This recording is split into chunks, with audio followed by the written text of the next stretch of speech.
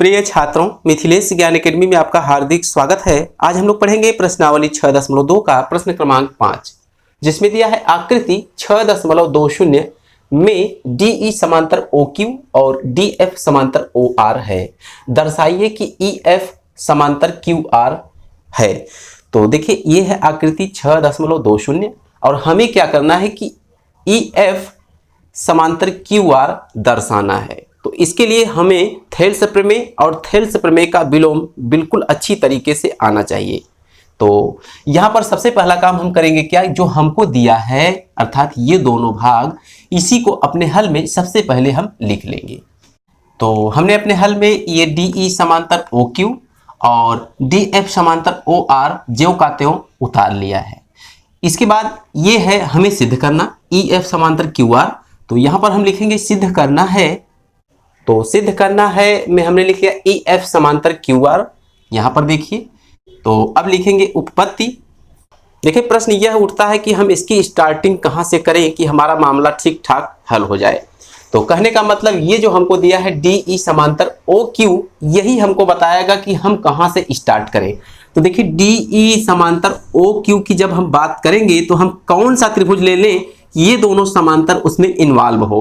कहने का मतलब देखिए, POQ एक ऐसा है त्रिभुज जिसमें ED समांतर QO अर्थात OQ है, तभी तो जाके हम थेल्स प्रमेय को लागू कर पाएंगे। अर्थात जो O है इसका मूल जड़ है, तो O से ही सारे त्रिभुज का निर्माण हो रहा है। तो सबसे पहले हम लेंगे त्रिभुज POQ। तो यहां पर लिखेंगे त्रिभुज POQ। देखिए, त्रिभुज POQ में DE समांतर OQ है, तो इसी बात को लिख देंगे DE समांतर OQ। तो इतना जब हम लिख लेंगे तो लिखेंगे थेल्स प्रमेय से। तो थेल्स प्रमेय हमारी क्या कहती है कि जब किसी त्रिभुज में एक भुजा के समांतर एक भुजा खींची जाए तो अन्य दो भुजाओं को ये वाली भुजा एक बराबर अनुपात में विभाजित करती है। तो यहाँ पर ये जो PE है और बटे EQ है, ये बराबर होगा PD बटे DO के। तो यहाँ पर लिखेंगे PE बटे EQ, ध्यान से आपको देखना है फिगर, ये बराबर होगा PD अपान DO। एक बार फिर से देख लीजिए, PE अपान EQ बराबर होगा PD अपान DO। तो इसे हम समीकरण 1 मान लेंगे।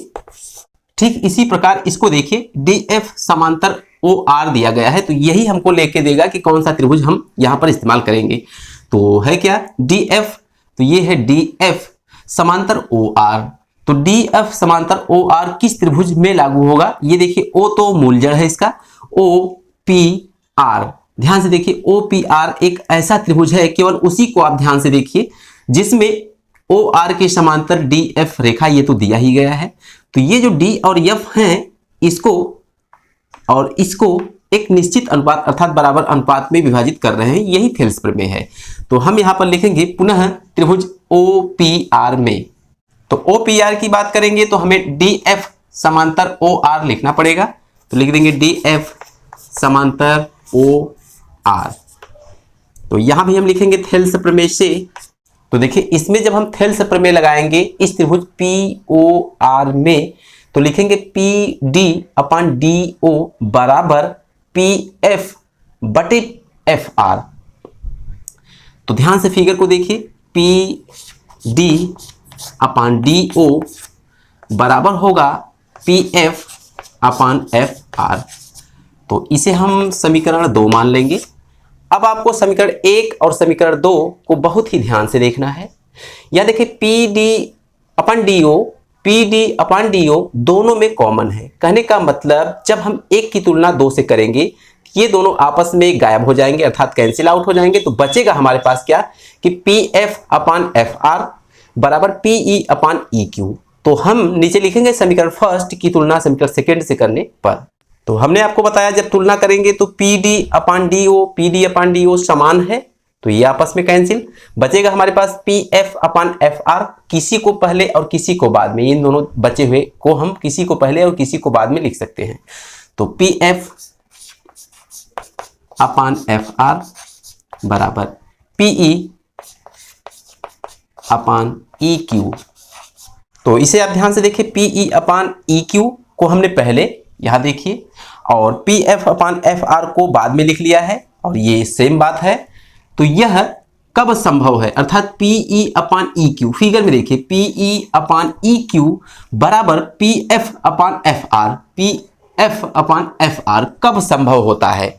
हमने थेल्स प्रमेय और थेल्स प्रमेय का विलोम दोनों ही पढ़ लिया है। थेल्स प्रमेय हमारी कहती है कि जब किसी त्रिभुज में एक रेखा के समांतर अर्थात एक भुजा के समांतर कोई भुजा खींच दी जाए, कोई रेखा खींच दी जाए, तो वो जो भुजा खींची जाती है अन्य दो भुजाओं को बराबर अनुपात में विभाजित करती है। ये तो थेल्स प्रमेय है। और थेल्स प्रमेय का विलोम क्या है कि किसी त्रिभुज में एक रेखा यदि दोनों अन्य भुजाओं को बराबर अनुपात में विभाजित करती हैं तो वह रेखा एक तीसरी रेखा के समांतर होती है। इस टाइप का हमारा थेल्स प्रमेय का विलोम है। तो यहां पर सिचुएशंस क्या है कि थेल्स प्रमेय के विलोम को अप्लाई करने की सिचुएशन है। तो ये PE अपान EQ बराबर PF अपान FR तभी होगा जब EF समांतर होगा QR के। तो हम यहां पर लिखेंगे थेल्स प्रमेय के विलोम द्वारा, तो थेल्स प्रमेय के विलोम से EF समांतर QR हो जाएगा। इस बात को आप अच्छी तरह समझ चुके होंगे। तो यही है इस प्रश्न का पूरा हल। तो यहां पर लिखेंगे यही सिद्ध करना है। तो यहां पर आप ध्यान से देखिए, यही हमें सिद्ध करना था, EF समांतर QR, तो हमने यहां पर सिद्ध कर लिया है। तो आज की वीडियो में बस इतना ही, फिर मिलेंगे अगले क्वेश्चन के साथ अगली वीडियो में। तब तक के लिए धन्यवाद।